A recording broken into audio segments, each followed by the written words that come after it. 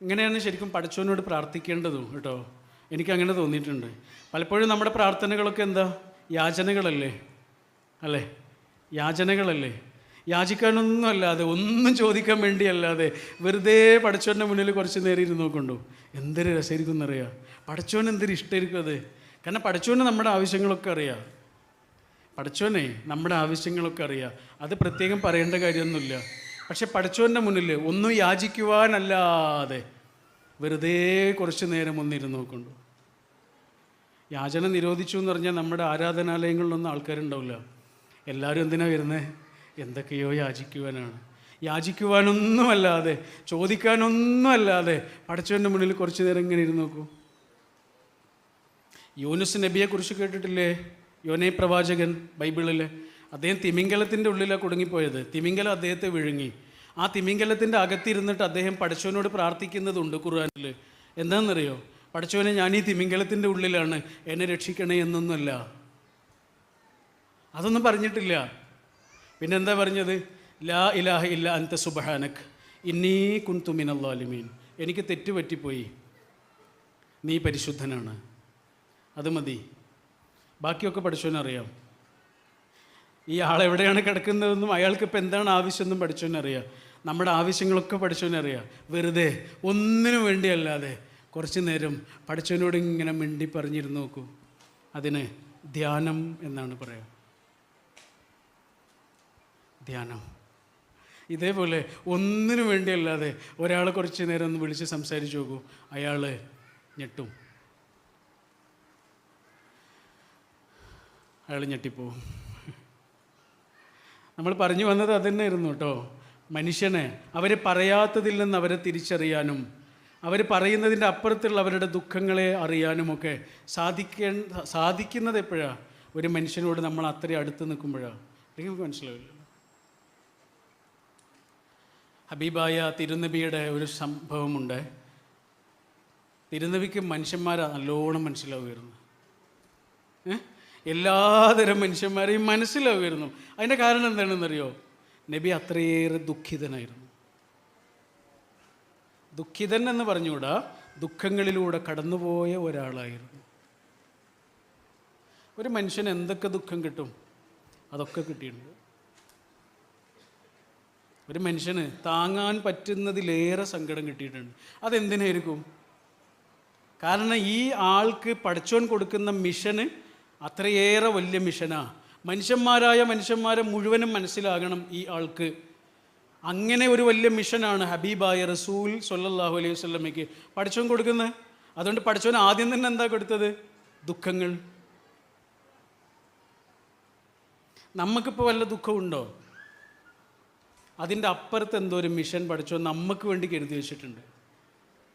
അതാ നിങ്ങൾ കേട്ടിട്ടില്ലേ? നാലപ്പാട് എന്നൊരു കവിയില്ലേ നമുക്ക്? അദ്ദേഹത്തിൻ്റെ ഒരു കവിതയുണ്ട്. എങ്ങനെയാണെന്നറിയോ? ഉരുക്കിടുന്നു മിഴിനീരിലിട്ട് മുക്കുന്നു മുറ്റും ഭുവനൈക ശില്പി, മനുഷ്യഹൃത്താം കനകത്തെ ഏതോ പണിത്തരത്തിന് ഉപയുക്തമാക്കാൻ. ഇതൊരു രസമുള്ള കവിതയാണ്. എന്താ പറയണമെന്നറിയോ? ഉരുക്കിടുന്നു മിഴിനീരിലിട്ട് മുക്കുന്നു മുറ്റും ഭുവനൈക ശില്പി. പഠിച്ചോനെ, നമ്മളെ സങ്കടത്തിലിട്ടിട്ട് മുക്കുന്നു, ഉരുക്കുന്നു. എന്തിനാ ഉരുക്കുന്നത്? എന്തിനാ ഒരു സ്വർണം ഉരുക്കുന്നത്? എന്തിനാ? സ്വർണത്തിൻ്റെ കട്ട ഒരാളും കഴുത്തിൽ തൂക്കിയിടൂല. ഉരുക്കിയിട്ടത് ആഭരണമാക്കി മാറ്റാൻ വേണ്ടിയിട്ടാണ്. ആഭരണമാക്കിയാലേ ആളുകളത് ഉപയോഗിക്കുള്ളൂ.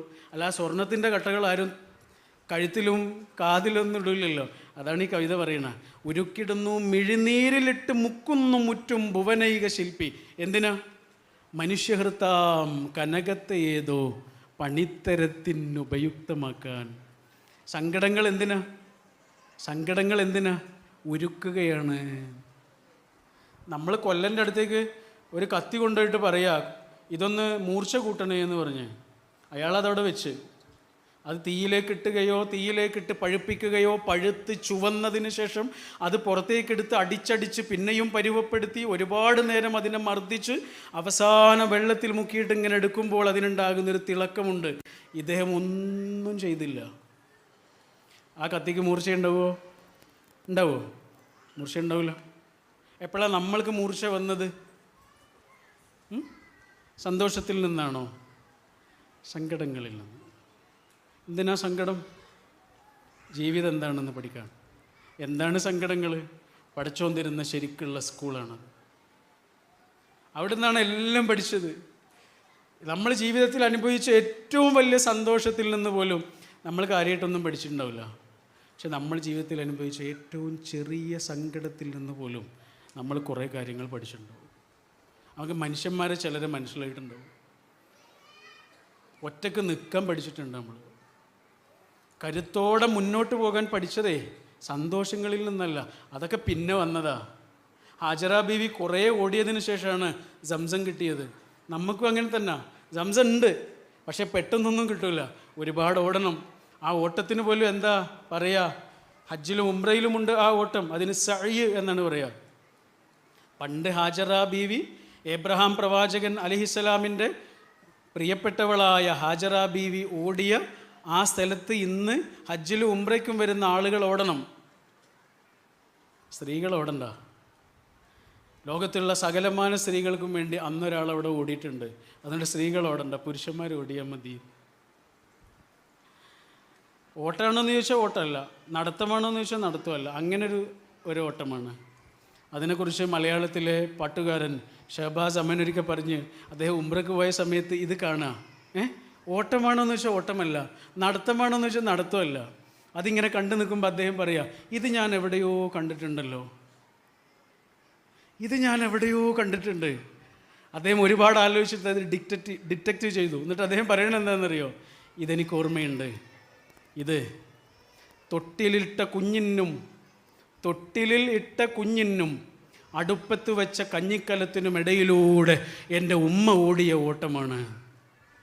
ഓട്ടമാണോ എന്ന് ചോദിച്ചാൽ ഓട്ടമല്ല, നടത്തമാണോ എന്ന് ചോദിച്ചാൽ നടത്തവുമല്ല. അത് ഇവിടെ കുട്ടികൾ കരയുന്നില്ലേ? ഇല്ലേ? അത് ഈ പ്രസംഗത്തിൻ്റെ ഭാഗമാണ് എന്ന് വിചാരിച്ചാൽ മതി കേട്ടോ.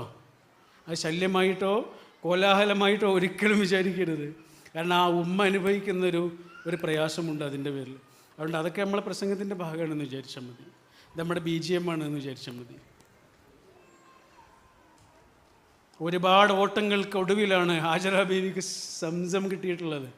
ആദ്യം തന്നെ സംസം ഇല്ലല്ലോ. ഉരുക്കിടുന്നു മിഴിനീരിലിട്ട് മുക്കുന്നു മുറ്റും ഭുവനൈക ശില്പി മനുഷ്യഹൃത്താം കനകത്തെ ഏതോ പണിത്തരത്തിനുപയുക്തമാക്കാൻ. അതായിരുന്നു റസൂൽ. സങ്കടങ്ങളിലൂടെയാണ് കൊണ്ടുപോയത് പഠിച്ചോൻ. വാപ്പയെ കണ്ടിട്ടില്ലാത്തൊരു കുട്ടിയാണ്, അച്ഛനെ കണ്ടിട്ടില്ലാത്തൊരു കുട്ടിയുടെ സങ്കടത്തിന് വലുതായിരിക്കും. ആലോചിച്ചു. കൂടെയുള്ള കുട്ടിയുടെയൊക്കെ അച്ഛനെ കുറിച്ച് പറയുക, വാപ്പയെക്കുറിച്ച് പറയുന്നത് കേൾക്കുമ്പോൾ ആ കുട്ടി അനുഭവിക്കുന്നൊരു മിസ്സിങ് ഉണ്ട്, വലിയൊരു മിസ്സിങ്. ലോകത്ത് മറ്റൊന്നിനെ കൊണ്ടും പൂരിപ്പിക്കാൻ കഴിയാത്തൊരു മിസ്സിങ് ആണല്ലോ. ആ വാപ്പയുടെ ഖബറ് കാണാൻ വേണ്ടി ഉമ്മയുടെ കൂടെ പോയതാ 8 വയസ്സുള്ളപ്പോൾ. ആ കുട്ടി തിരിച്ചു വരുമ്പോൾ മരുഭൂമിയിൽ വെച്ച് ഉമ്മയും മരിച്ചു. വാപ്പയും ഉമ്മയും ഇല്ലാതെ വളർന്ന കുട്ടിയാണ്. എത്ര ചെറിയ പ്രായത്തിലാണ്. 8 വയസ്സായിരുന്നു ആ കുട്ടിക്ക്, ഉമ്മാക്ക് 22 വയസ്സും. അതുകൊണ്ട് വാപ്പയില്ലാത്ത ഒരാളെ നബിക്ക് വേഗം മനസ്സിലാവും. നമ്മളിൽ കുറച്ച് ആളുകൾക്ക് മനസ്സിലാവും അല്ലേ? വാപ്പ നഷ്ടപ്പെട്ടവർക്ക് മനസ്സിലാവും. എനിക്കത് ആ സങ്കടം എന്താണെന്ന് മനസ്സിലായത് 2015 ജൂൺ മാസം 12-നാണ്. ഉപ്പല്ലാതാകുക എന്ന് പറഞ്ഞാൽ എന്താണെന്ന് മനസ്സിലായത്. ഉമ്മല്ലാതാകുന്ന ഒരാളുടെ സങ്കടം എന്താണെന്ന് റസൂലിനറിയാം. കാരണം റസൂൽ അത് അനുഭവിച്ചിട്ടുണ്ട്. നമ്മളിൽ പലർക്കും അറിയായിരിക്കും. എനിക്കത് മനസ്സിലായത് 2013 ഓഗസ്റ്റ് 28-നാണ്. ഉമ്മല്ലാതാവുക എന്ന് പറഞ്ഞാൽ എന്താണ്? ഒരു യാത്രയൊക്കെ കഴിഞ്ഞ് നാട്ടിലേക്ക് തിരിച്ചു വരുമ്പോഴാണ് ഇങ്ങനെ ആലോചിക്കും, വേഗം ചെന്ന് ഉമ്മയുടെ അടുത്ത് പോകുക അല്ലെങ്കിൽ വാപ്പയുടെ അടുത്ത് പോകുക എന്നൊക്കെ പറയുന്നൊരു അനുഭവം ഉണ്ടല്ലോ. അതില്ലാതാകുമ്പോഴേ ഉമ്മ അസ്സലാമു അലൈക്കും എന്ന് പറഞ്ഞിട്ട് കയറിച്ചെല്ലാൻ ഒരാളില്ലാതാവുക എന്ന് പറഞ്ഞാലേ അത് അനുഭവിച്ചെന്നെ അറിയണം. ഇടയ്ക്ക് വാപ്പയുടെ ഉമ്മയുടെയും ഖബർ കാണാൻ പോകുമ്പോൾ അടുത്തടുത്താണ് ഖബറ്. വാപ്പയുടെ ഉമ്മയുടെയും ഖബർ അടുത്തടുത്ത്. അപ്പം ഇങ്ങനെ ചെല്ലുമ്പോൾ അവിടെ ഇങ്ങനെ നിൽക്കുമ്പോൾ ആലോചിക്കും, ചീത്ത പറയാനെങ്കിലും അവരൊന്നും ഉണ്ടായാൽ മതിയായിരുന്നു. വഴക്കൊക്കെ പറഞ്ഞോട്ടെ, ലോകത്ത് എവിടെയെങ്കിലും ഒന്ന് ഉണ്ടായാൽ മതി. ഇല്ലാതാവുമ്പോഴാണ് മനസ്സിലാവുക. ഇതാർക്ക് മനസ്സിലാവും? റസൂലിന് മനസ്സിലായി. അതുകൊണ്ട് ഉമ്മല്ലാത്ത ഒരാളുടെ സങ്കടം പറയുമ്പോൾ റസൂലിനത് മനസ്സിലാവും. ഗുരു നിത്യചൈതന്യതിയൊക്കെ പറയുന്നുണ്ട്, അദ്ദേഹത്തിൻ്റെ ഒരു സുഹൃത്ത് അദ്ദേഹത്തിൻ്റെ അടുത്ത് വന്നേ, അമ്മ മരിച്ച ദിവസമാണ് വന്ന്. അമ്മ മരിച്ച ദുഃഖമൊക്കെ ഗുരുവിൻ്റെ അടുത്ത് വന്നു. ഗുരുവിനെ കെട്ടിപ്പിടിച്ച് കുറേ നേരം കരഞ്ഞു.